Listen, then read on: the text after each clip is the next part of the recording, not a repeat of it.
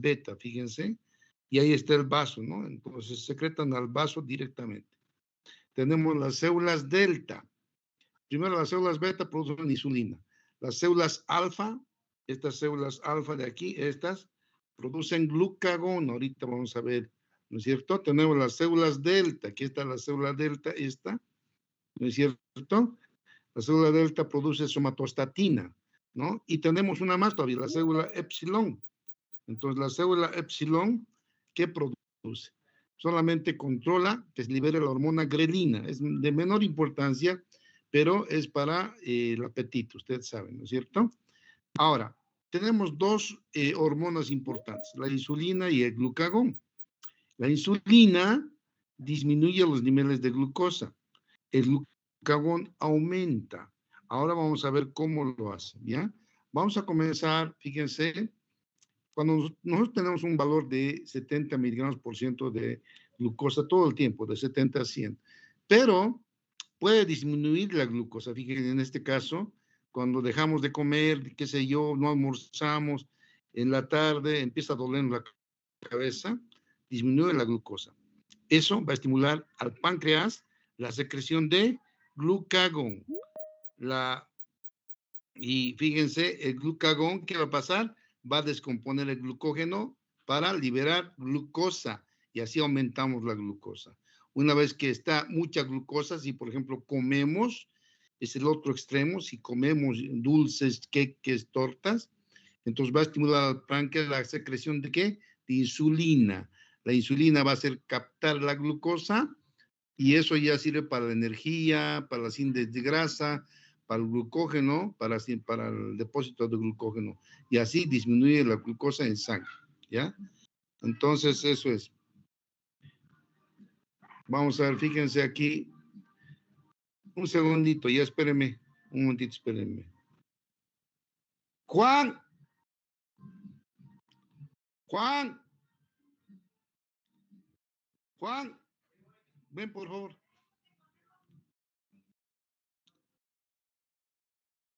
Oye, aquí van a hacer su reunión. Yo pensé que iba a ser allá.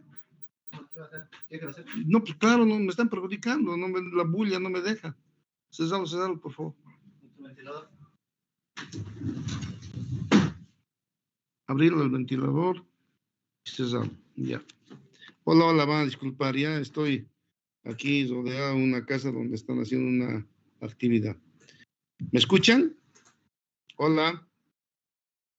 Sí, doctor, Hola. lo escuchamos. ¿Se escucha, Perfecto, entonces, fíjense, esta es una célula, ¿no? La célula tiene sus canales, tiene poros donde va a entrar puertas, donde va a entrar la glucosa. Entonces, la insulina es la llave que abre la puerta y la glucosa entra una vez que se abre la puerta. Fíjense, aquí está cerrada la puerta. Esta es la célula que come como nosotros y va a comer siempre y cuando se abra la puerta.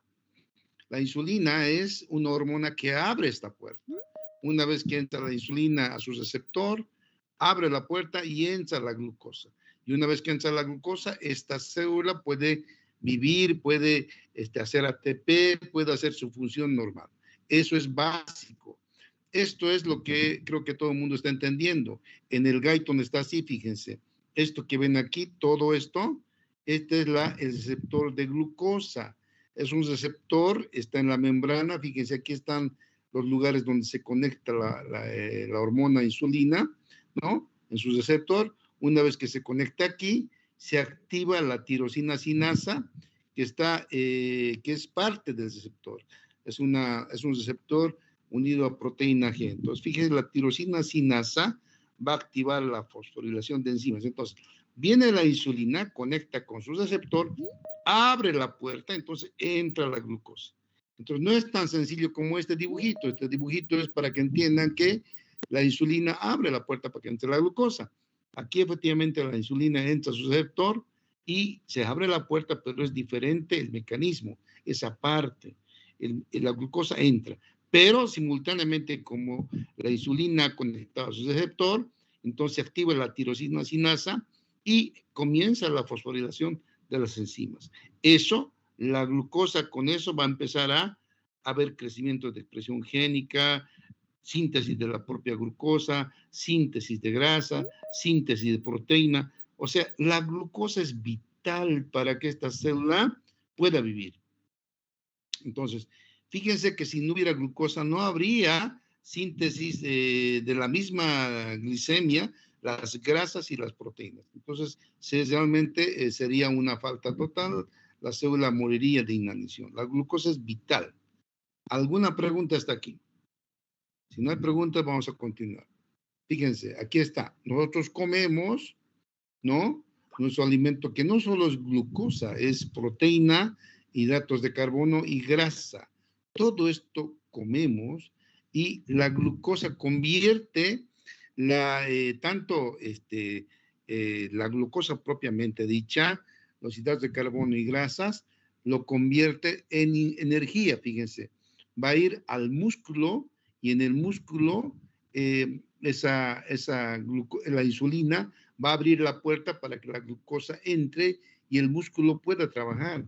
La insulina les he dicho que es como una llave que entra a su puerta y en este caso, una vez que entra a la puerta al músculo, la glucosa entra y puede producir, ¿no es cierto?, esfuerzo muscular, síntesis de músculos, síntesis de grasa, todo eso. Una vez que ha usado en el músculo, la insulina va al hígado y ahí la insulina produce ¿qué? Glucógeno. Esto es un depósito. Entonces en el hígado la insulina, el exceso de lo que no ha podido usar el músculo se va al hígado. Es un depósito para cuando no comamos. Pero si aún así seguimos comiendo, la insulina se va a ir a la grasa y ahí la glucosa se va a convertir en tejido adiposo. Entonces, esto es básico, ¿no? La glucosa, gracias a la insulina, quiero que entiendan, nosotros comemos y la glucosa, gracias a la insulina, puede entrar al músculo porque estas células, la puerta, solo la abre la llave de la glucosa y el músculo funciona bien. La insulina va al hígado y allá convierte esa glucosa en glucógeno para un depósito cuando haya falta.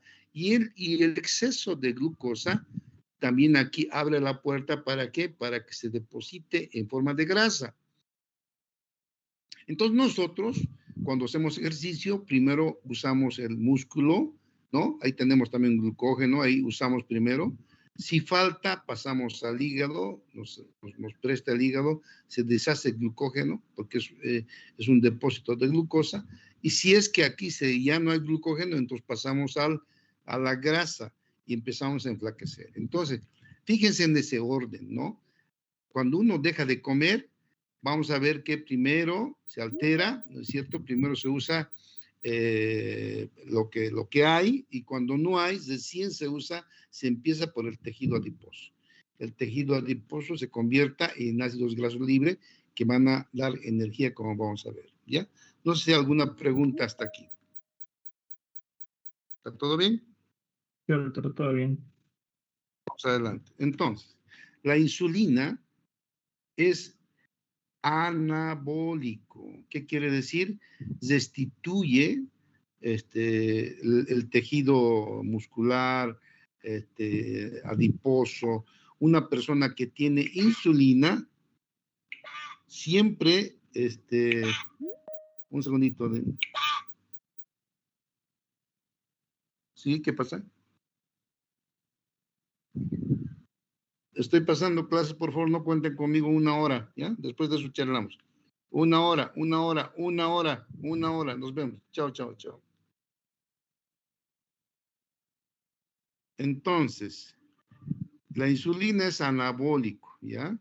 Toda vez que una persona tiene insulina, va a haber síntesis de constituyentes, va a haber trabajo mecánico, el hombre va a poder tener músculo y grasa.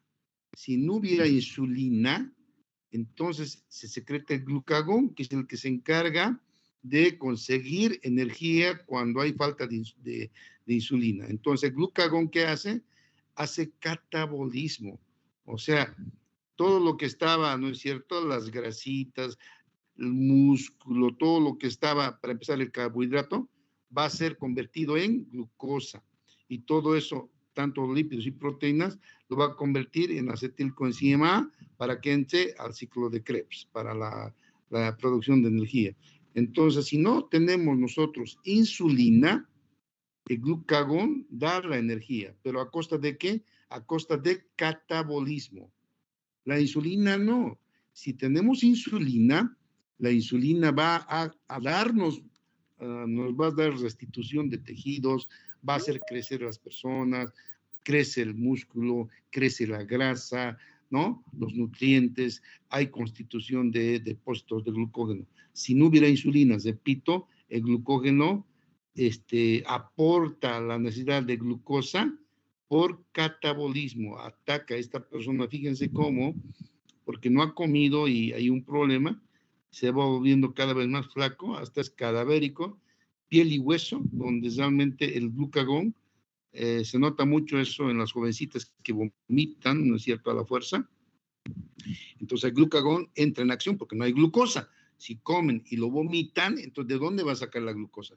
Entonces entra en juego el glucagón y el glucagón va a empezar a hacer catabolismo.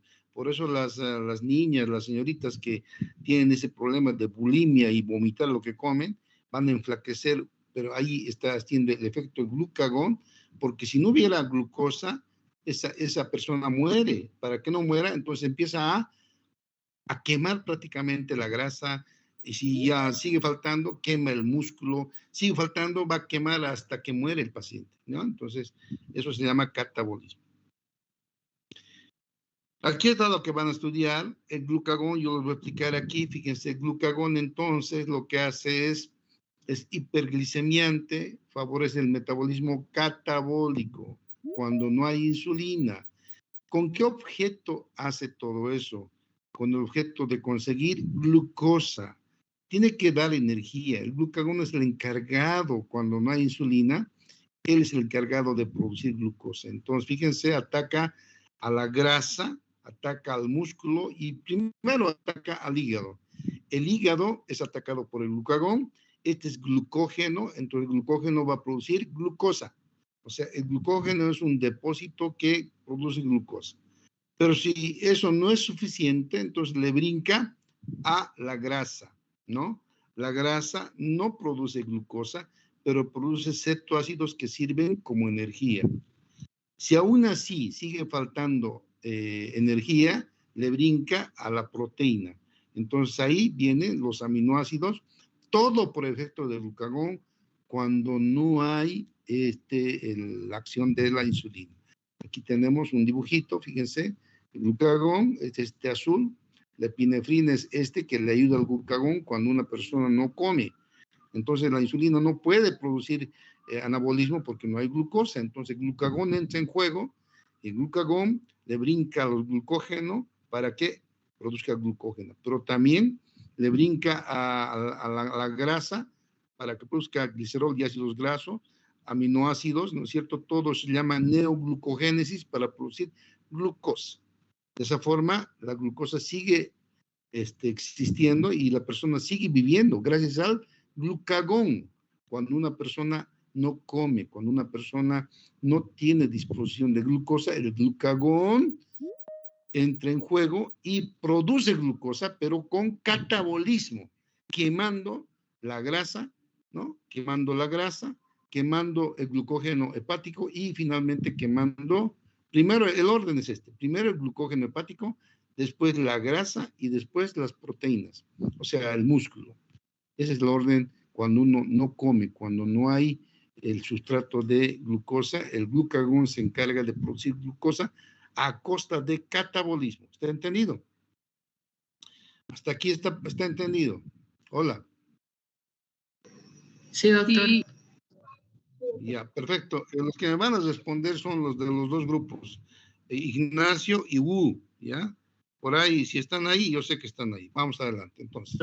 Fíjense, esta es la insulina, las acciones ahora de la insulina. Hemos visto del glucagón. Ahora vamos a ver de la insulina. ¿Qué hace la insulina? Al revés del glucagón, inhibe la gluconeogénesis y la glucogenólisis, más bien almacena glucosa en forma de glucógeno.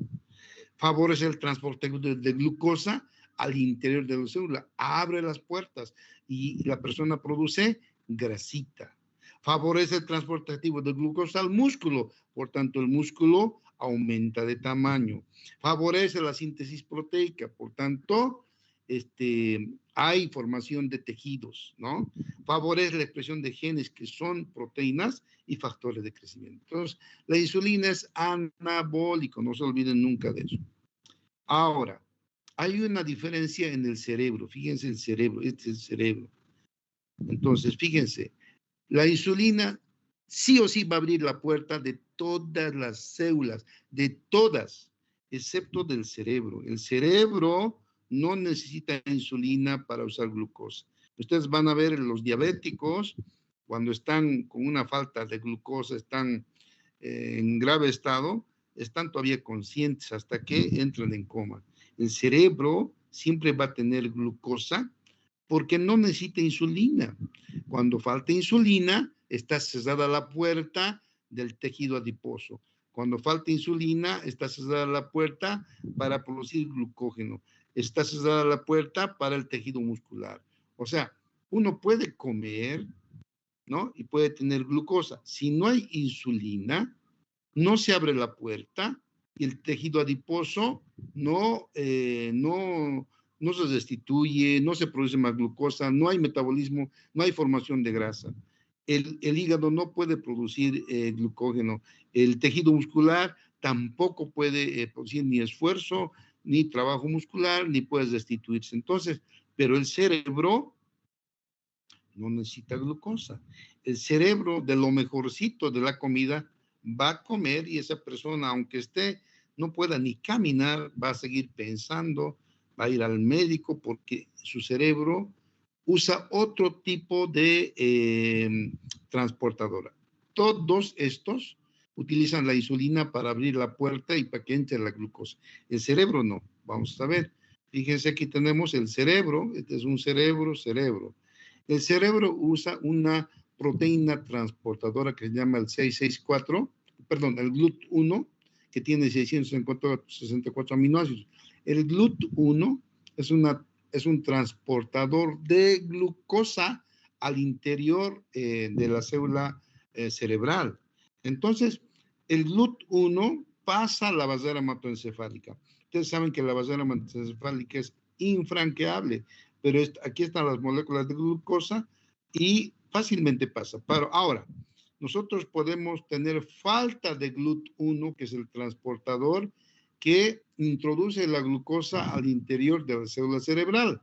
Si falta este transportador, no es la insulina, es el GLUT1, entonces el cerebro puede tener enfermedades, puede tener microcefalia, fíjense, que hay chiquitos, alguna vez espero que no vean nunca, pero yo en el hospital todo el tiempo veo microcefálicos chiquitos con cabeza pequeña, porque le falta el transportador de la glucosa. El niño come, pero no hay el GLUT1, por tanto no puede entrar, no necesita la insulina, es el GLUT1. Si falta el GLUT1, entonces, como no hay glucosa, no crece su cerebro, se queda pequeñito, ¿no? Ahora, en otras formas, cuando no hay, digamos, puede entrar a medias, algunas células tienen, otras células no tienen el GLUT1, entonces entra a medias, puede producir epilepsia. Aquí no hay microcefalia, crece, pero produce epilepsia. Otro caso de déficit de GLUT es el síndrome cerebeloso, ¿no? Distonías del síndrome extrapiramidal. Entonces, fíjense cómo ver que la insulina abre la puerta de todas las células. En el cerebro no, es el GLUT1, es el transportador que introduce la glucosa a la célula cerebral. Entonces, si falta GLUT1, se produce enfermedad y uno tiene que estar bien enterado de esto. ¿Ya? Cualquier pregunta, levantan la voz. ¿No está el amigo Pedro? Pedro Ruiz. Hola. No supiera, doctor Pedro, no.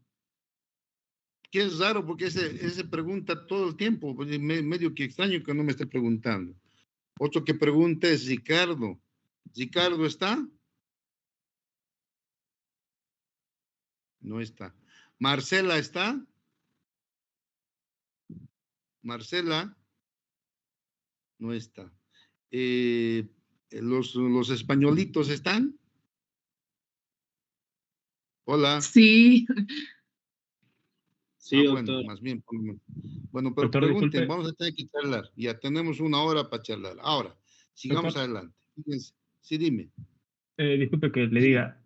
Me acaba de salir acá el anuncio del Microsoft diciendo de que la reunión es de 1 hora. Recién me acaba de avisar. Si se corta es para mandarle el link rápidamente para que ya están avisados todos, para que se unan rápido de nuevo y seguir con la clase sin perder el tiempo.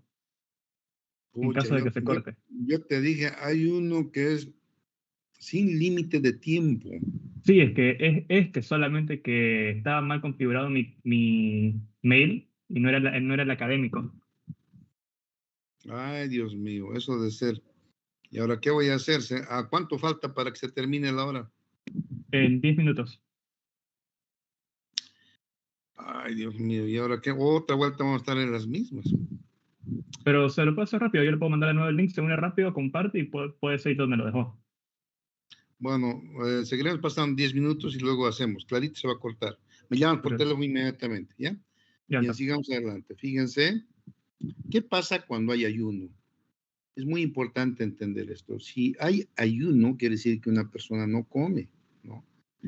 Uno en estado de ayuno, fíjense, la energía tiene que seguir porque aunque no coma, ustedes no comen un día, siguen caminando, hasta pueden estudiar, pueden dar examen, ¿no es cierto? Si no han comido nada, eso es ayuno, quiere decir que no han comido. ¿Qué pasa? Entonces el páncreas secreta pues el glucagón se encarga de producir glucosa cuando no hay glucosa, cuando uno no come. Entonces, como no hay glucosa, la insulina no entra en acción, sino el glucagón. El glucagón se encarga de aumentar la glucosa. ¿Qué hace el glucagón? El glucagón, ayudado con la epinefrina, van a ir a la grasa. Primero van a ir al hígado.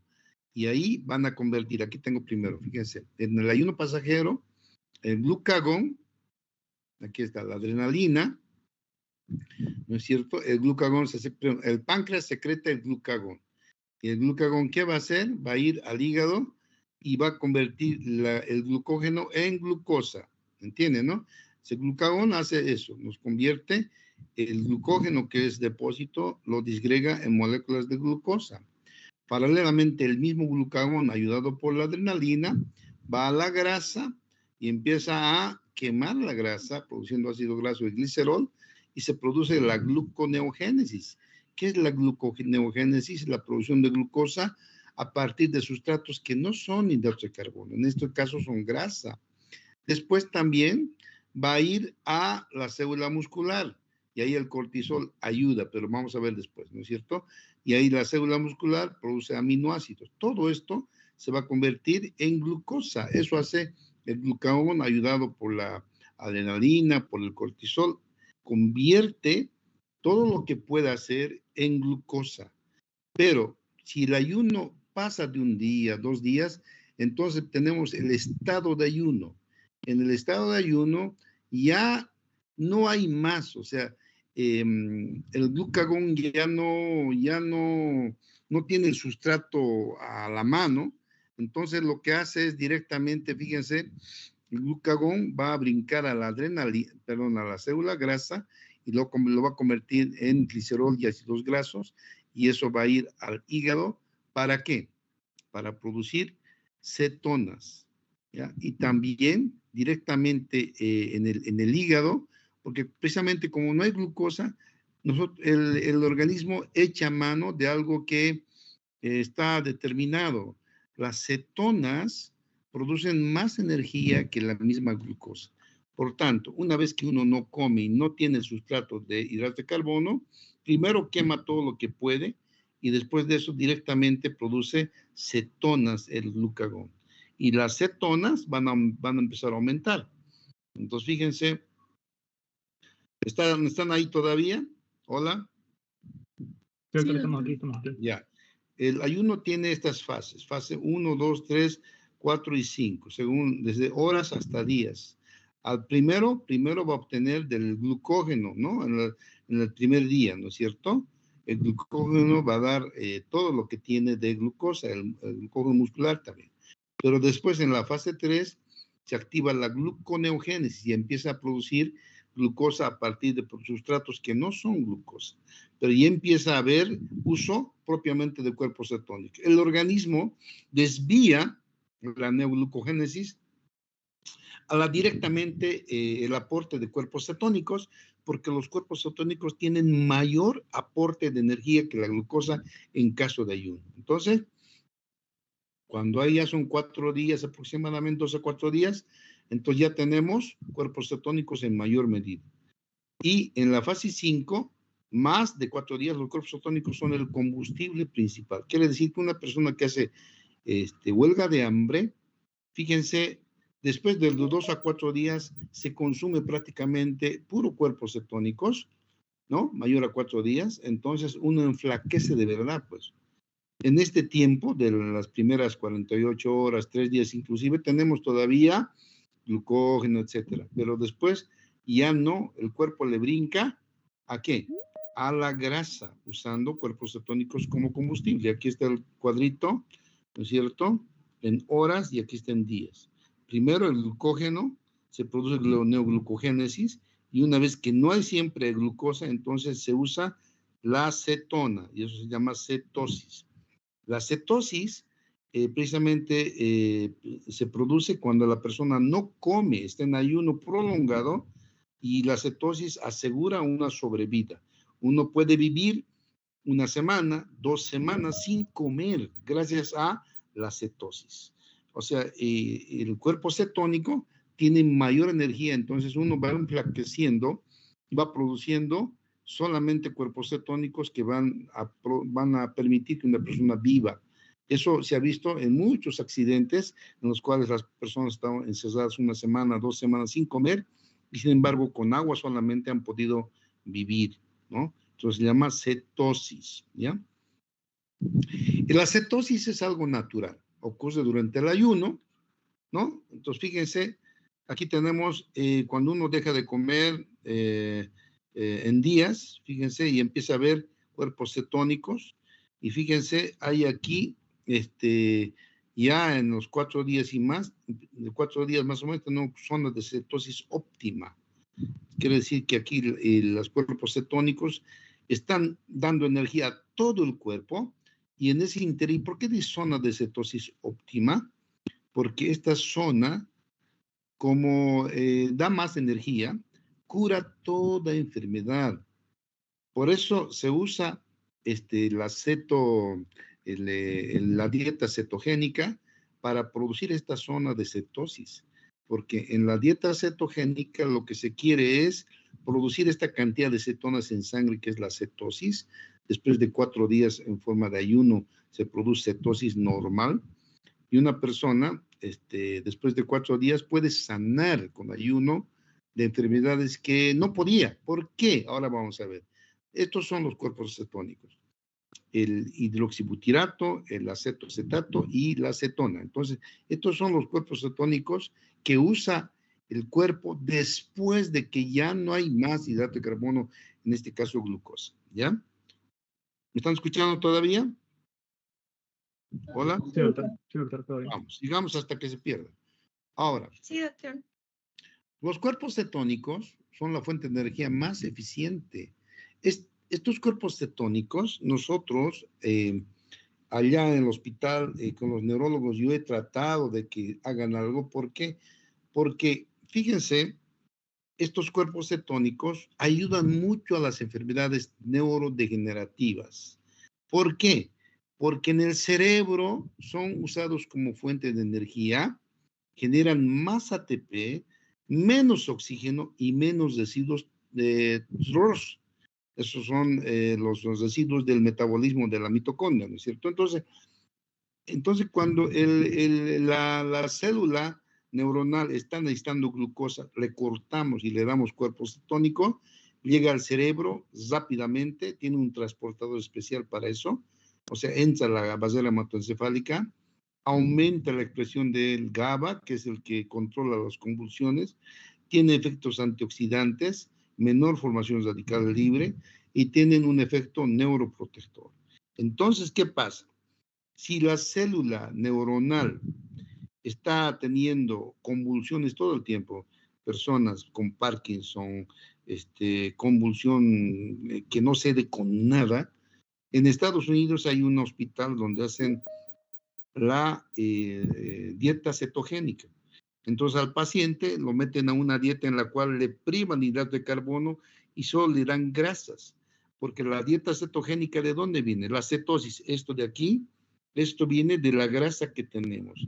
Esta cetosis óptima son los días después del cuarto día que hay cualquier cantidad de cuerpos cetónicos que son usados como energía en el cerebro y empiezan a producir curaciones de enfermedades que ni siquiera imaginábamos, ¿no?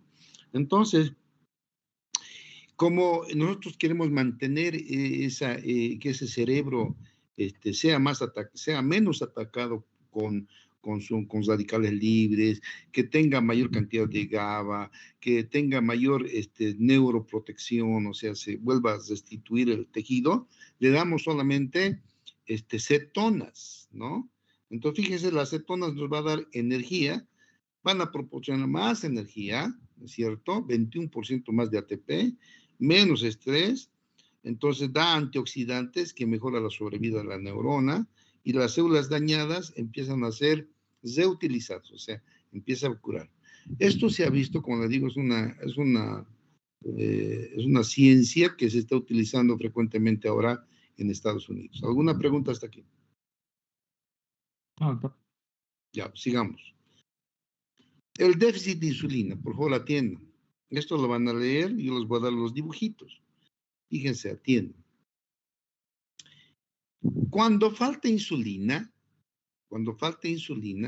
el cuerpo, todo el cuerpo, porque quiero que entiendan que la grasa, el músculo, el hígado, el tejido intestinal, todos se alimentan con glucosa, con la alimentación, ¿no?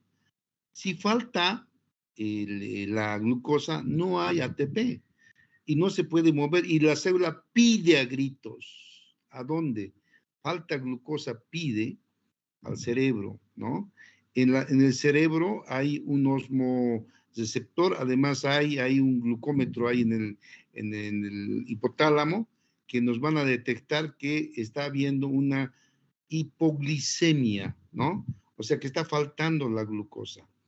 Perdón, no es hipoglicemia, está faltando, ellos no testean la glucosa, sino testean la necesidad del cuerpo. El cuerpo pide glucosa, ellos por el nervio, por los nervios, por las aferencias, captan la necesidad de todos los tejidos y van a estimular ¿qué? Van a estimular el hambre, ¿no?